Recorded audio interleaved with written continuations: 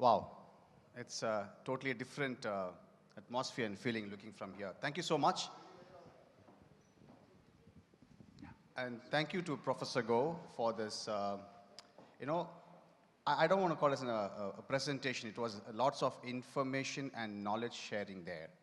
If you really look at that, what he has shown is that I was taking notes because this is something I felt it very, very interesting.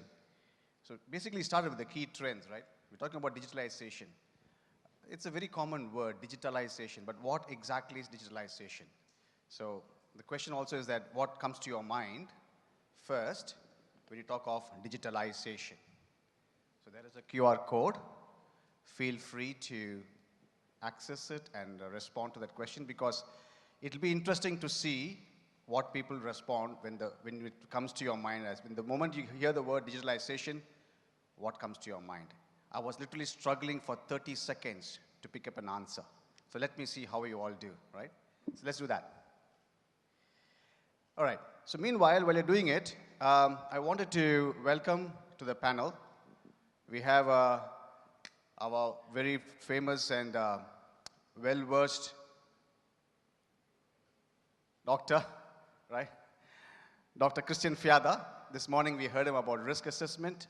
He is absolutely a wealth of knowledge, and we're going to see how his knowledge is in the digitalization part too. So it's going to be a very interesting panel. We also have Jason Busque from Toll. Absolutely, we're going to have something different in this panel where we're going to share lots of information on digitalization. So you have questions, please mark your questions. We'll try to answer them, but it's going to be a very interesting one. Of course, we have Professor with us who's going to help us and steer it from the knowledge and best sharing practices perspective. Yeah. So thank you, everyone. Thank you, gentlemen. So having said that, I would like to start asking a few questions, but before that, I just want to make sure that all of you are able to access the QR code and answer the poll. So that will be fantastic. So here it is. What do you think comes to your mind first? Keep the answer with you, then it will be very interesting to see when we close the panel discussion, you'll be able to connect with your answer to what we're going to discuss very soon. Yeah? All right.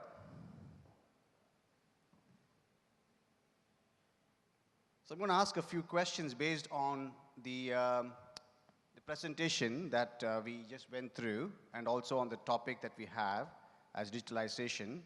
And as I said that, though this is the last panel, and I know that everybody could be in a hurry to rush, so we're going to do it slightly different in this panel.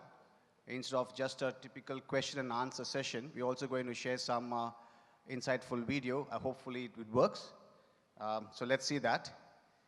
All right, so the first question, let me put it to Jason. You are the center of attraction today, Jason, so let me do that for you. How has the adoption of digital technologies impacted supply chain management, and what advantages can organizations gain from embracing digitalization? Thanks, Madu. And you just mentioned there's a video, so if we could have a look at the video right now, just of some technology that Toll have implemented into one of our sites as a pilot, and then as soon as we've seen that video, I'll discuss further. That's great. So let's see if the technology works. Yes. Digitalization could work. I'm not sure about the technology part. Let's see if it works. If there's any issue on the video, let us know. We can take it. Yeah, you know, that's not my. I'm not talking about my video. I'm just talking about. Sorry, guys. Yeah. All right. So essentially, it looks like the video is not going to work. So digitalization's not worked so well here in the room. But what Toll have done as an organisation is we've initiated a pilot program. As security professionals, we rely heavily on digitalisation with CCTV, access control and the like. So what we've done as a business is we've sort of really identified that the use of those technologies, about 20% of that is used for security purposes. But what we've done now is we've gone out to the business and we've discussed with them what value they can add, these systems can add to the operations, safety, time and attendance, visitor management, contractor management and the like. So I would have really liked to have shown the video because it's the system we've put in relies on facial recognition, which then accounts for everyone who's on our site. If we've got crisis management issues or matters, then at evacuation points we can check that all people are safe. And yeah, it's a really, really interesting technology that the business have really bought into. That's a lot of work. I mean, what I could really capture from what you said is that it's really helped your workflow and, in terms of efficiencies, right? So.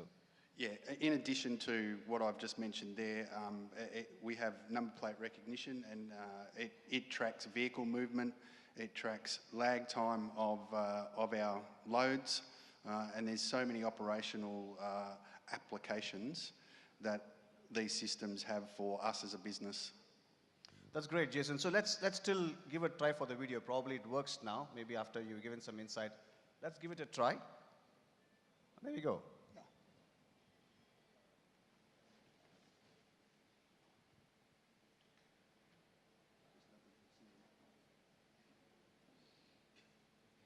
Yeah, there's sound. There should be sound. There's no sound. Is it on mute? On the bottom there?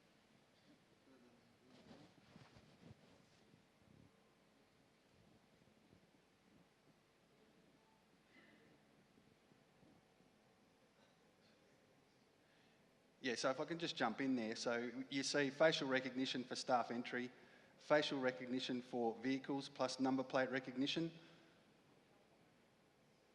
visitor management,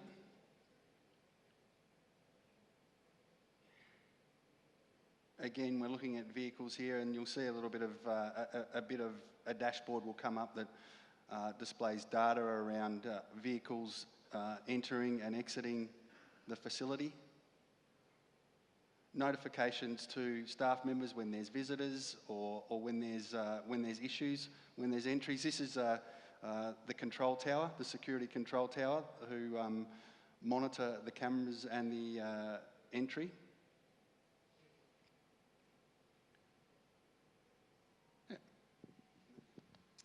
Okay, I think that was very interactive, in fact, in the sense that you're able to also explain to us what this really means in terms of, identifying through digitalization. That's great.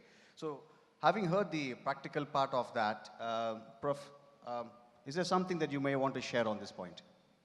Sure. So I think that, when we talk about digitalization, the approach I see is probably the right way of going through, digitalization, right? Which is how do we focus on the operation aspects of the operations first, get the productivity gain, and in a way prove the ROI. I think this morning there was also a talk about the ROI of having the vehicle tracking, and standards. So basically in this case, we are seeing like, the use of technology to improve operations, and that, having then, help to improve operations, then, we are then, the organization is more prepared to adopt new technologies and to do, the more advanced stuff.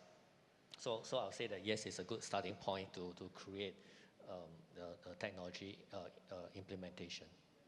Yeah, I agree with that. And just on that, I think what we have to display as security professionals is a return on investment for this, because traditionally what I've experienced is operations don't want to be spending money on these security systems, but by us being able to demonstrate the value add to other parts of the business, then we get that buy-in. That's good. That's wonderful.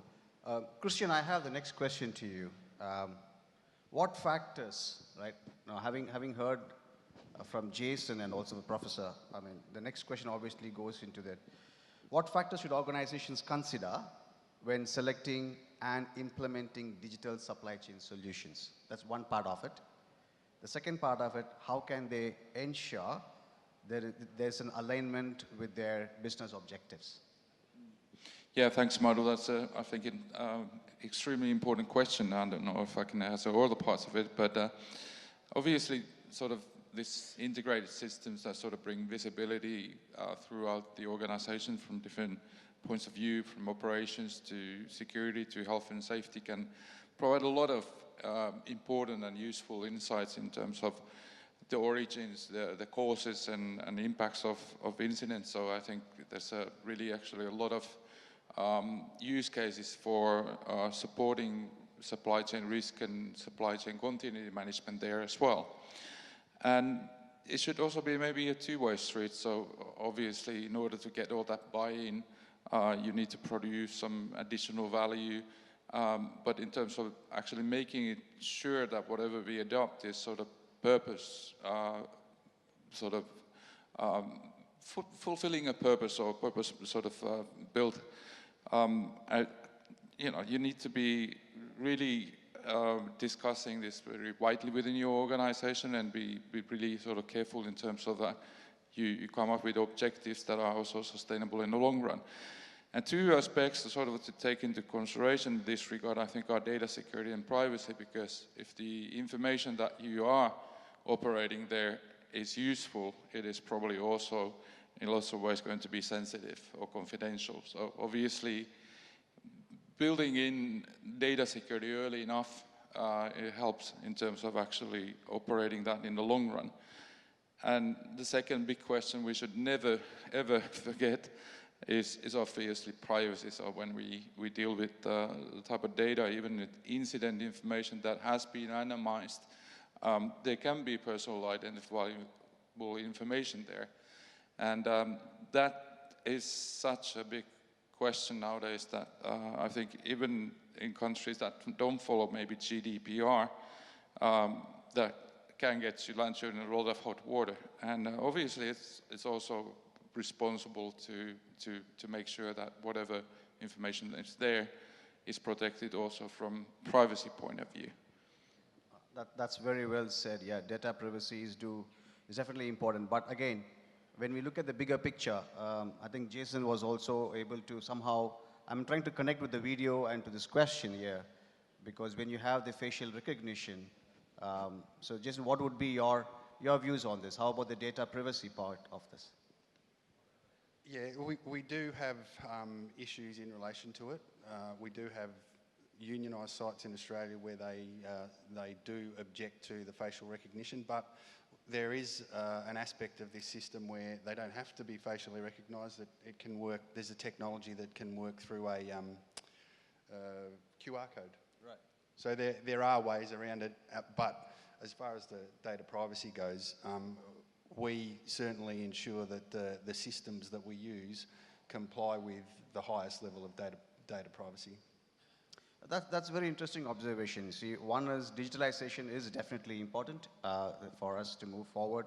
The second is that to what degree and to what level we could implement it based on the situation where we are, right? So if the digitalization, the facial recognition is a problem, or there is always a way around it. You have a QR code.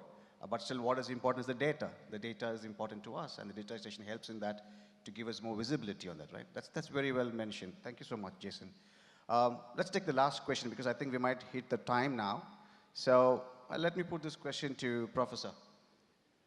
How does digitalization facilitate improved collaboration and visibility among the supply chain partners? It could be upstream or downstream, so just thought, you may want to address this from your point of view. Sure.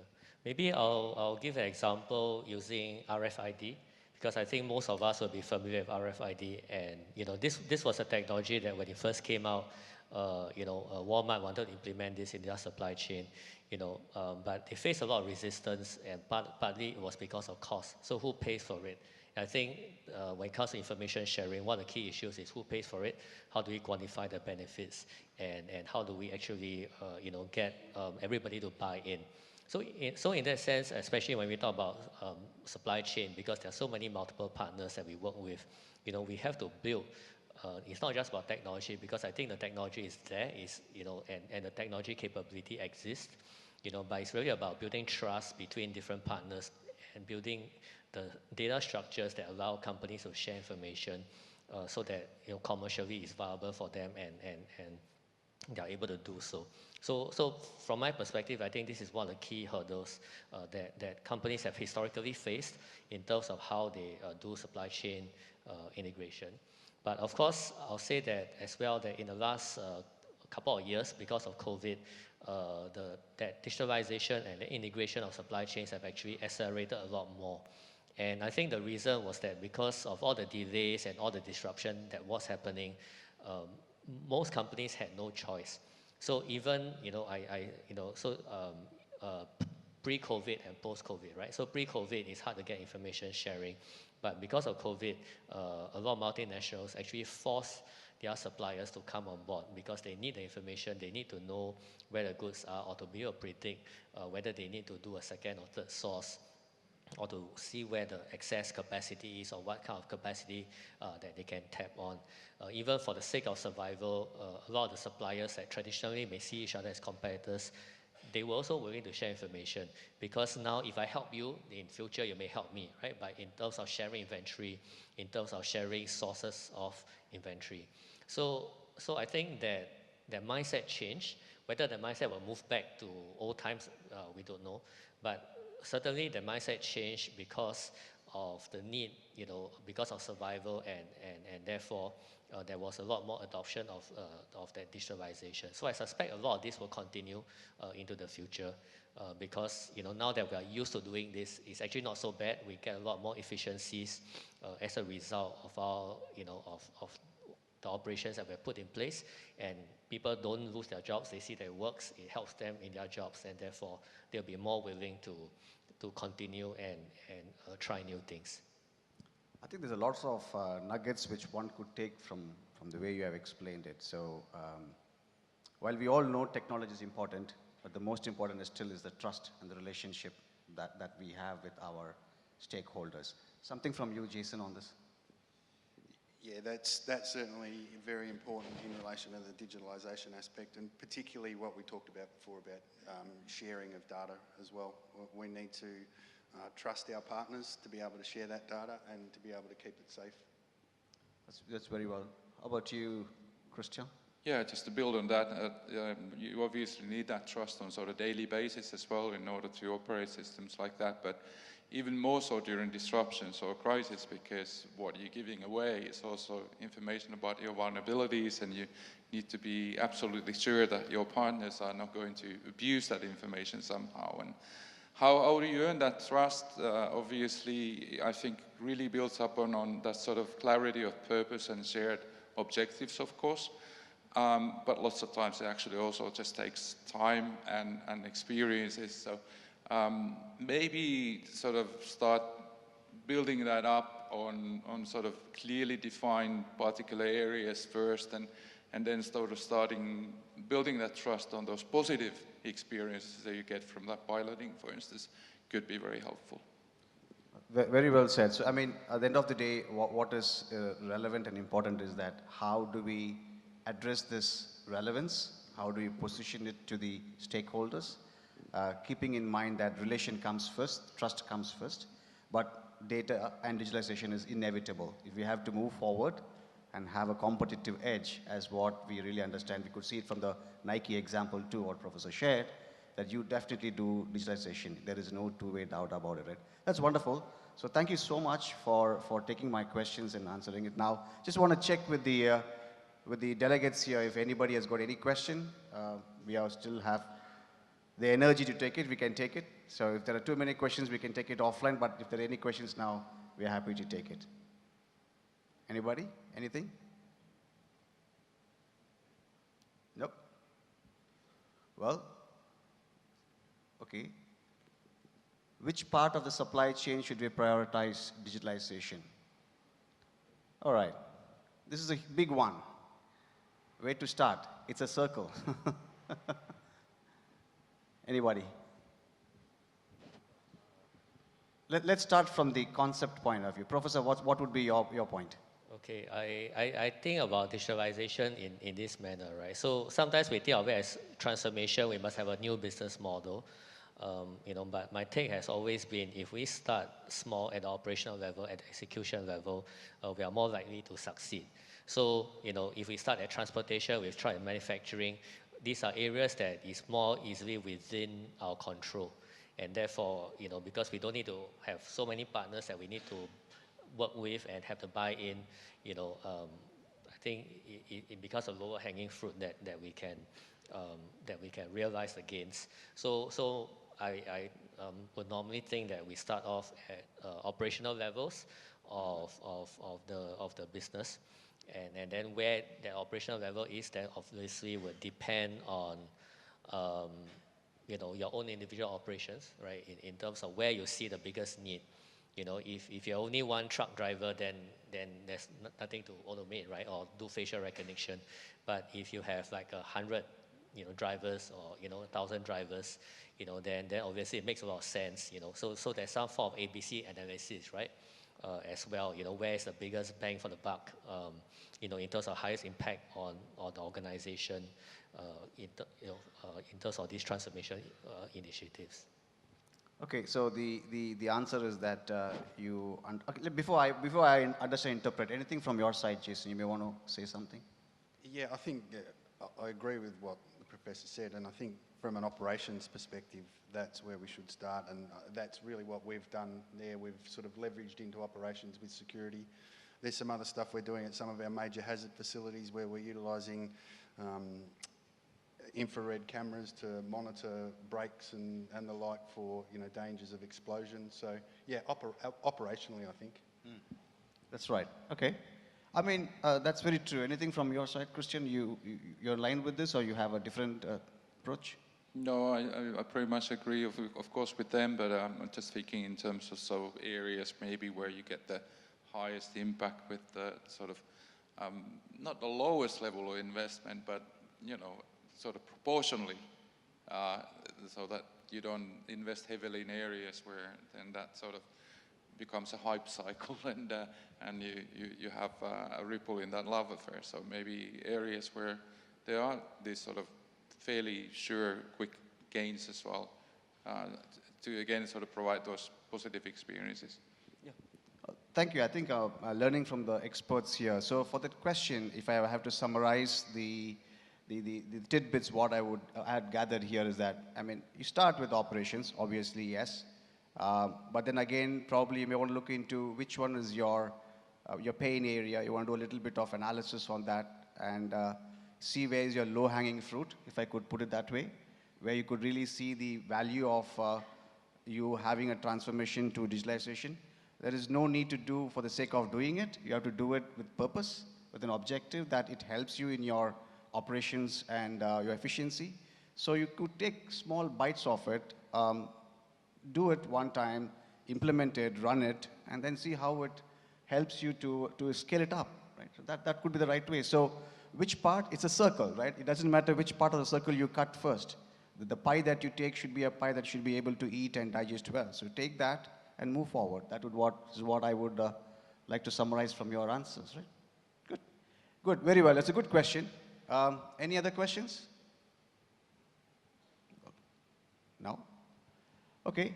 So with that, then we could close the panel discussion. And thank you so much once again for joining us and giving us your valuable expertise. Appreciate it very much. Thank you to the audience too for a nice question. Thank you.